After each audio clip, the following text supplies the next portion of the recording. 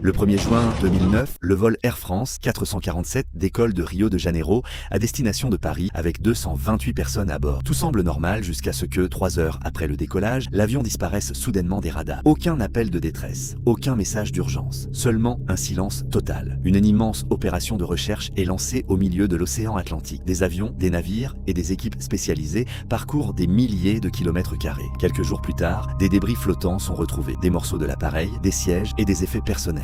Mais l'épave principale reste introuvable, tout comme les boîtes noires. Il faudra attendre près de 2 ans pour que les enquêteurs retrouvent enfin les enregistreurs de vol à près de 4000 mètres de profondeur. Leur analyse révèle un enchaînement dramatique. En traversant une zone orageuse, les sondes de vitesse Pitot gèlent temporairement. Les indications de vitesse deviennent incohérentes et le pilote automatique se déconnecte. Désorientés, les pilotes interprètent mal la situation et tirent sur le manche. L'Airbus entre alors en décrochage aérodynamique. Malgré plusieurs minutes de descente, l'équipage ne parvient jamais à reprendre le contrôle de l'appareil. L'avion finit par s'abîmer dans l'océan Atlantique. Les 228 personnes présentes à bord perdent la vie. Le vol Air France 447 reste l'une des catastrophes aériennes les plus marquantes de l'histoire moderne. Cette tragédie a conduit à d'importantes améliorations dans la formation des pilotes et dans la conception des systèmes de mesure de vitesse, rappelant que, même avec une technologie de pointe, quelques secondes de confusion peuvent suffire à provoquer l'irréparable.